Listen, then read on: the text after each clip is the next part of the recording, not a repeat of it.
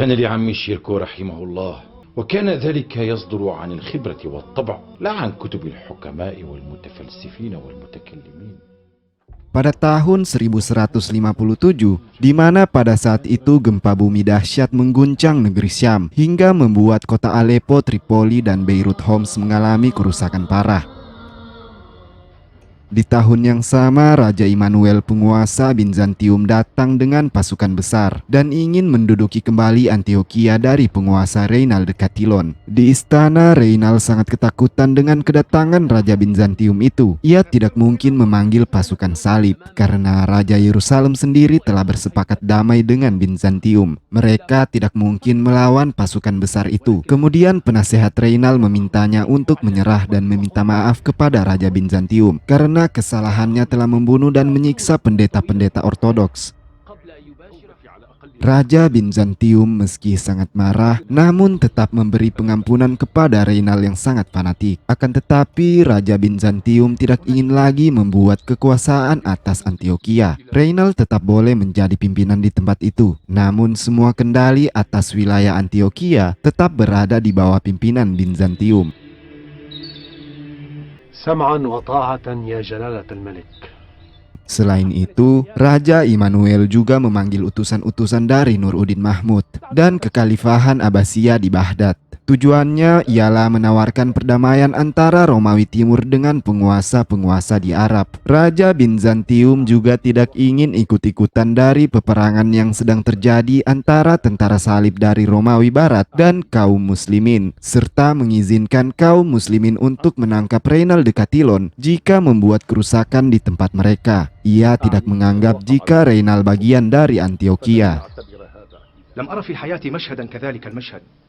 Kembali ke Aleppo, Nuruddin menerima tawaran perdamaian Bizantium yang tidak ingin ikut campur terhadap permasalahan perang salib. Namun, Nuruddin tetap tidak boleh lengah sebab ia mengetahui politik-politik para kaisar Bizantium.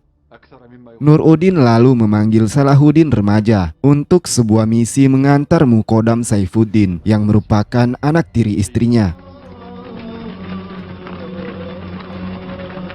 Di perjalanan, Salahuddin menanyakan keberadaan orang tua Muqaddam. Rupanya orang tua anak itu telah meninggal dunia saat gempa dahsyat mengguncang negeri Syam. Di sini Salahuddin remaja telah menjadi prajurit yang nantinya akan menjadi kepala kepolisian Damaskus. Ketegasan, kelihayannya, dan kebijaksanaannya mulai tampak dalam misi mengantar Muqaddam itu. Di tengah malam, mereka diserang oleh sekelompok perampok. Lalu Salahuddin berhasil menangkap para perampok itu. Para perampok itu rupanya bukan orang-orang jahat dan baru saja mencoba untuk menjadi orang jahat dengan merampok kafilah Salahuddin. Salahuddin lalu memberikan mereka kesempatan untuk bertaubat. إلا الذين تابوا من قبل أن تقدروا عليهم ألا تحبون أن يغفر الله لكم؟ صدقني يا سيدي، هذه كانت أول مرة. تتوبون إذن لله توبة نصوحة. Di lembah sungai Eufrat pada tahun 1160, rupanya Reynald de Catillon masih terus melakukan penjarahan-penjarahan di desa orang-orang Arab. Beruntungnya, keberadaan mereka berhasil diketahui oleh kakak Salahuddin, yaitu Turansyah. Pada akhirnya, Turansyah berhasil menangkap Reynald, kemudian dihadapkan kepada Nuruddin di Aleppo. أميرنا نور الدين الملك الروم. أخيرا أرناط. Nuruddin lalu memenjarakan Reynald bersama Jocelyn II yang sudah lebih dulu ditangkap.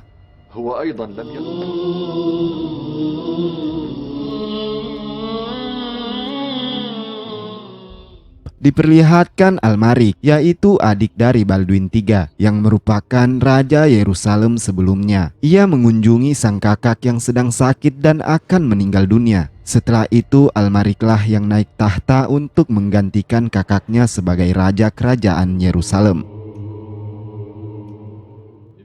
Kemudian diperlihatkan diskusi Nuruddin bersama petinggi-petingginya. membahas tentang apa yang akan mereka lakukan untuk menanggapi berita duka kematian Raja Yerusalem itu. Asaduddin Siruk menyarankan untuk mengambil beberapa kota penting seperti Askalon yang masih dikuasai oleh pasukan salib. Ia menganggap ini adalah kesempatan di mana para pasukan salib akan sibuk dalam rasa duka dan pemakaman raja. Namun Nur-Udin menolak sebab peperangan ini adalah memperjuangkan kebenaran bukan hanya kekuasaan. Mereka sebaiknya mengirimkan sesuatu sebagai belasungkawa meski itu adalah musuh mereka. Sebelum percakapan usai, Nur-Udin meminta pendapat Salahuddin remaja yang kini telah menjadi kepala kepolisian Damaskus. Salahuddin setuju dengan pendapat Nur-Udin untuk tetap berbelasungkawa meski terhadap musuh sendiri.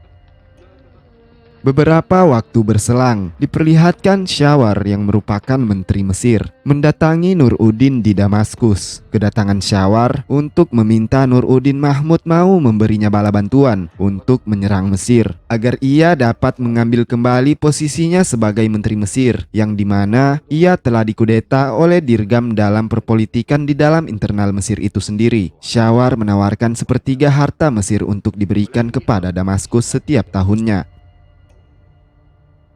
Nur-Udin kemudian mendiskusikan hal itu kembali dengan para petinggi. Mereka mulai berbeda pendapat jika mereka membantu Syawar hanya demi keuntungan itu sangatlah jauh dari misi utama. Mereka hanya terfokus untuk berjihad di jalan Allah dalam merebut kembali Yerusalem. Namun, di sisi lain, Mesir adalah salah satu negara yang berseberangan dengan Yerusalem. Jika mereka bisa bersatu dengan Mesir, maka perebutan Yerusalem akan lebih mudah. Mereka dapat mengepung Yerusalem dari segala arah. Tambah lagi, Dirgam Perdana Menteri Mesir pasti mengetahui Syawar telah meminta bantuan kepada mereka. Untuk itu, pasti Dirgam akan meminta bantuan Yerusalem untuk mempertahankan ibu kota yaitu Kairo. Setelah banyak pertimbangan, pada akhirnya Nur-Udin mau membantu Syawar dalam menyerang Mesir, meski hanya dengan pasukan kurang dari 1.000 orang. Di sini, sang paman yaitu Asaduddin Siruk yang memimpin serangan. Sang paman lalu mengajak Salahuddin untuk membantunya ke Mesir. Salahuddin sebenarnya menolak, sebab ia lebih senang menjaga perdamaian kota sebagai kepala polisi dan mendekatkan diri dengan sang pencipta daripada bergabung dalam politik-politik kenegaraan. Sampailah pasukan Asaduddin dan Salahuddin bersama Syawar ke depan tembok Kairo. Seperti yang telah diduga oleh Asaduddin, Mesir telah meminta bala bantuan dari Yerusalem. Meski demikian, Al-Malik belum berani meninggalkan negeri Syam dalam keadaan kosong, sebab di Syam masih ada Nur-Udin yang bisa menyerang kota-kota mereka. Selanjutnya, pasukan Asaduddin meski hanya sedikit namun memiliki pengalaman perang. Sedang prajurit-prajurit Mesir sendiri belum memiliki pengalaman dalam peperangan. Pada akhirnya Salahuddin memiliki taktik untuk menyerang pasukan Mesir setelah menunggu ketahanan tubuh mereka lemah. Setelah berdiri selama berjam-jam di terik matahari yang membakar kala itu, tidak lama berselang pasukan Mesir merasa gerah dan ingin melepas zira-zira besi mereka. Melihat itu adalah kesempatan, pasukan Asaduddin pun menyerang.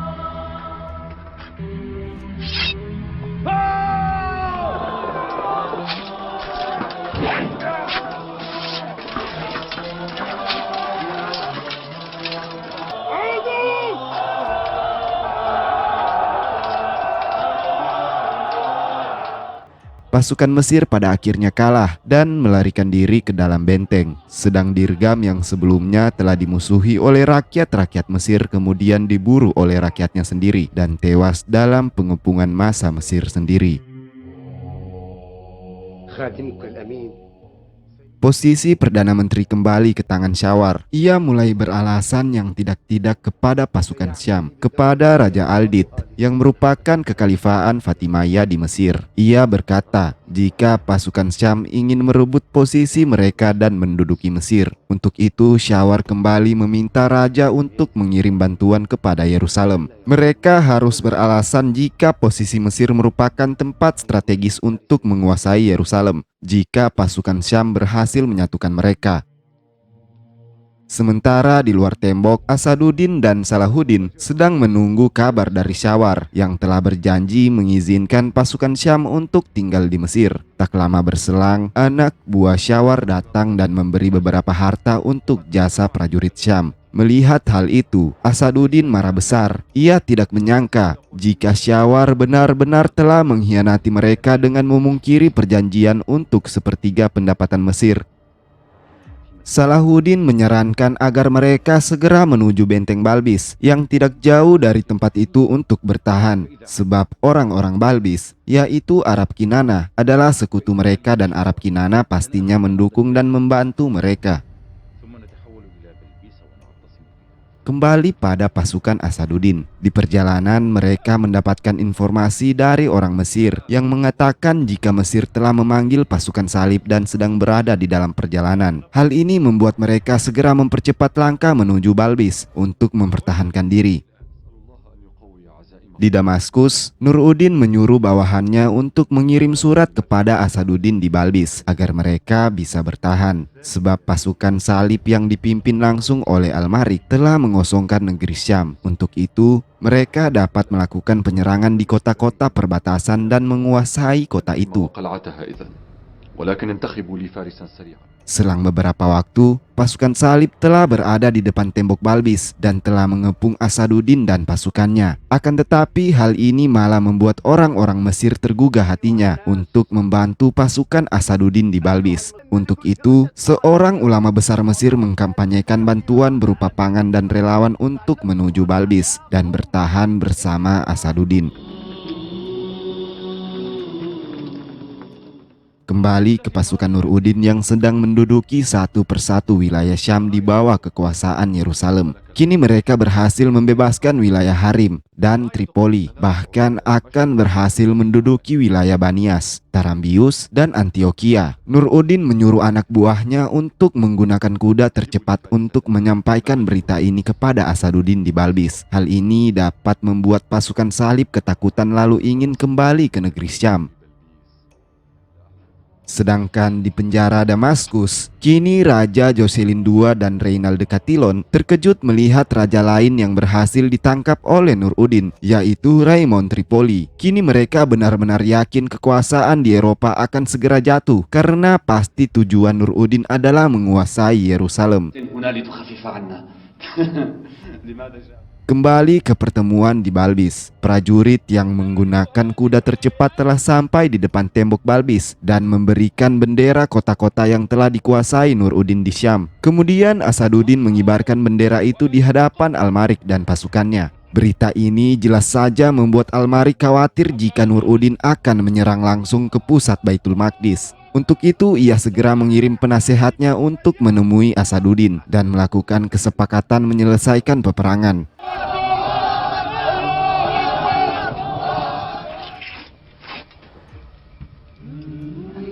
Asaduddin meminta tawaran untuk mengakhiri perang, akan tetapi dengan syarat Perdana Menteri Syawar menanggung semua kerugian perang mereka selama berbulan-bulan itu, sebab bukan hanya prajurit saja yang mendapat imbas dari peperangan itu, melainkan rakyat sipil juga ikut merasakan. Persetujuan pun terjadi dan pasukan salib serta pasukan Syam kembali ke wilayah mereka masing-masing. Asaduddin yang telah mengetahui banyak mengenai seluk-beluk kekayaan dan kekuatan militer Mesir itu, kemudian terus menggoda Nuruddin agar mereka kembali ke Mesir dan mengambil kembali tempat itu. Sebab menguasai Mesir adalah salah satu langkah terbaik untuk dapat merebut Yerusalem. Pada akhirnya Nuruddin kembali melakukan ekspedisi ke Mesir dengan 2.000 prajurit di bawah pimpinan Asaduddin itu sendiri, dan juga Salahuddin yang sebenarnya tetap masih menolak untuk ikut dalam pertempuran. Mesir yang mengetahui ekspedisi pasukan dari Syam juga memanggil kembali bala bantuan dari Yerusalem. Pertempuran yang akan terjadi di Mesir akan berdampak pada terancamnya Yerusalem juga jika nantinya pasukan Nuruddin berhasil menguasai Mesir. Untuk itu Syawar meminta bantuan tentara salib beserta bayarannya yang sangat besar bagi mereka dan para pasukan Hospitaller. Raja Al-Malik menerima tawaran itu, namun ia masih ragu jika belum ada persetujuan dari Al-Adid yang merupakan khalifah di Mesir. Al-Malik mengirim penasehatnya untuk bertemu langsung dengan Al-Adid sebagai kepastian perjanjian itu. يدفع لنا نصفها في الحال. Di luar tembok, Salahuddin terus meratapi kesesatan Syawar yang rela berteman dengan musuh hanya untuk kekayaan semata. Salahuddin yang merasa ia harus berbuat sesuatu dengan Syawar kemudian meminta pada pamannya agar mereka mengirim utusan kepada Syawar dan menuliskan tentang penyatuan umat, di mana inti surat itu adalah mereka memaafkan pengkhianatan Syawar di masa lalu dan mereka bersedia bersama-sama dengan Mesir untuk bergabung dan mengalahkan pasukan salib yang telah jauh dari negeri Syam itu. Kali ini adalah kesempatan untuk mereka agar dapat memerdekakan tanah-tanah Arab dari cengkraman Eropa, terutama Baitul Maqdis. Jika mereka mau, maka orang-orang Eropa akan selamanya angkat kaki dari tanah Arab. Akan tetapi, surat ajakan persatuan itu ditolak oleh Syawar dengan menyatakan jika pasukan salib adalah solusi untuk negeri mereka. Untuk itu, demi meyakinkan ketegasannya dalam berkomitmen dalam kerjasama dengan pasukan salib, Syawar lalu di luar tembok. Salahuddin dan pamannya mengetahui jika utusan mereka telah dibunuh oleh Syawar. Hal ini sangatlah merendahkan martabat kerajaan karena membunuh seorang utusan. Salahuddin yang merasa amat marah berjanji ingin membunuh Syawar suatu saat nanti jika ia bertemu dengannya. Beberapa waktu kemudian, di perkemahan, Asaduddin didatangi oleh seseorang utusan dari Iskandaria. Ia mengajak pasukan Asaduddin untuk bertahan saja di kota mereka dibanding berada di tempat terbuka seperti itu. Rakyat Iskandaria bersedia menjadi bagian dari orang-orang Syam untuk bertempur menghadapi pasukan salib. Asaduddin dan Salahuddin sangat gembira mendengar jika rakyat Mesir masih tetap berpihak kepada mereka meski penguasanya seperti Menteri Syawar telah kufur. Asaduddin sempat memberitahu kepada mereka jika nanti terjadi peperangan, maka rakyat Iskandaria akan terbebani dengan hal itu karena mereka akan kekurangan pangan dan hal-hal lainnya yang sangat menyiksa seperti apa yang sudah terjadi di Balbis pada peperangan sebelumnya. Akan tetapi, utusan itu berkata jika mereka siap menjadi bagian mereka dan menerima semua resiko yang ada. Di Iskandaria, pengepungan terjadi berbulan-bulan. Asaduddin bertugas di luar tembok untuk menyerang sembari mengambil persediaan pangan di luar. Sedangkan Salahuddin memimpin pertahanan pengepungan tembok dari dalam. Nampak di sini Salahuddin harus berusaha keras untuk terus mencegah rakyat-rakyat Iskandaria agar mereka tetap bersabar menghadapi pengepungan tersebut. Sebab semakin lama waktu berlalu, bekal makanan terus menipis. Namun di sisi lain, pasukan salib yang berada di luar tembok juga merasakan hal yang sama. Bahkan mereka lebih menderita karena terus berada di perkemahan yang gersang dan dingin. Aina anta ya amma? Aina anta?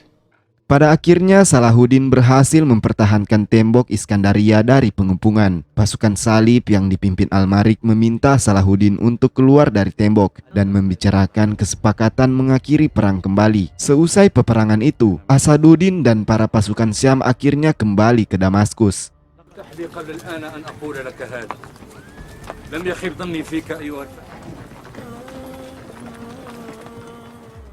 Di Yerusalem, kita diperlihatkan Raja Al-Malik sedang berdiskusi dengan para petinggi Yerusalem. Seusai pertempuran di Mesir beberapa waktu sebelumnya, Syawar menjanjikan mereka harta dan tunjangan per tahunnya. Akan tetapi bayaran itu belum sepenuhnya ada. Al-Malik menganggap jika Syawar tidak akan mampu membayar lagi hutang upeti mereka. Di sisi lain, jika mereka membiarkan Mesir yang bisa sewaktu-waktu kembali diserang Nuruddin, maka Mesir akan jatuh ke tangan kaum muslimin. Untuk itu, Al-Malik ingin melakukan invasi ke Mesir meski tanpa menunggu perjanjian damai dari pihak Bizantium. Di Kairo, Syawar merasa terancam dan dikhianati oleh Al-Malik. Ia sendiri sedang berusaha semampunya untuk membayar semua upeti dan janjinya. Akan tetapi, Yerusalem malah ingin menyerang mereka. Untuk itu, ia segera memohon kepada Khalifah Al-Adid agar mau meminta bantuan kepada Nuruddin dalam menyelamatkan kota mereka. Al-Adid kebingungan dengan permintaan Perdana Menterinya yang terus saja memutar balik keadaan. Dahulu ia membanggakan pasukan salib, dan kali ini ia merasakan sendiri akibatnya dan ingin meminta bantuan kepada Nurudin yang saat ini sedang mengawasi mereka. Al-Adid menolak permintaan Syawar. Ia sendiri tak tahan lagi dengan kemauan-kemauan menterinya itu. Beruntungnya anak Syawar kembali dan memohon kepada Khalifah agar ia memaafkan kelakuan ayahnya, sebab ia merasa jika ayahnya hanya ingin mengabdikan dirinya untuk mempertahankan kekhalifahan Fatimiyah di Mesir. Ia juga memohon agar mengirimi surat bala bantuan kepada Nurudin demi keselamatan Mesir dan persatuan umat muslim. Al-Adid yang merasa tergugah hatinya pun mengirimkan surat kepada Nurudin yang sebenarnya telah menanti-nanti hal itu. الملك العادل نور الدين زنكي بسم الله الرحمن الرحيم فقد اشتد الخطب وعم الكرب وصار العدو على الأبواب ولا كاشف للغمة بعد الله إلا ملك الشام العادل الذي اشتهرت في الناس نحوه. Kembali diperlihatkan Asaduddin yang akan memimpin pasukan. Ia lalu membujuk Salahuddin untuk kesekian kalinya untuk ikut dalam peperangan di Mesir. Salahuddin yang telah merasa amat bersalah dan trauma dengan keadaan perpolitikan antara negara yang menyebabkan kematian salah satu utusan atas permintaannya itu, kemudian menolak. Apapun yang dikatakan oleh sang paman, ia terus saja menolak. Ia ingin tetap di Damaskus dan mengabdikan diri sebagai kepala kepolisian dan membuatnya bisa tenang dalam beribadah kepada Allah Subhanahu wa Ta'ala. Hingga pada akhirnya sang paman berkata jika ia telah tua dan kepergiannya ke Mesir tidak menjanjikan kepulangannya lagi. Ia bisa saja terbunuh atau sakit di negeri lain itu. Ia amat mencintai Salahuddin dan ingin tetap bersamanya hingga akhir hayat.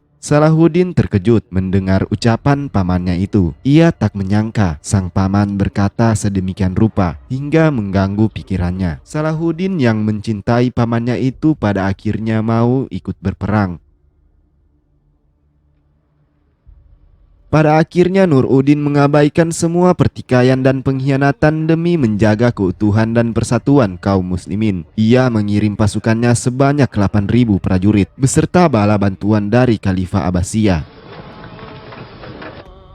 Di Mesir, kedatangan para pasukan Syam ini rupanya telah dinanti-nanti oleh rakyat Mesir. Mereka kemudian bertakbir dan menyambut pasukan Syam itu dengan penuh kebahagiaan. Akhirnya pasukan Syam berhasil memasuki Mesir tanpa pertumpahan darah serta mempertahankan tembok dari penyerangan pasukan salib. Berita ini sampai kepada Nurudin dan dia amatlah bersyukur. Kini Mesir dan negeri Syam mengawali penyatuan umat Islam yang berada tepat di sekeliling Yerusalem. Mereka tinggal menunggu waktu yang tepat hingga Mesir dan Syam benar-benar bersatu dan akan menyelesaikan tujuan utama mereka untuk menguasai Baitul Maqdis.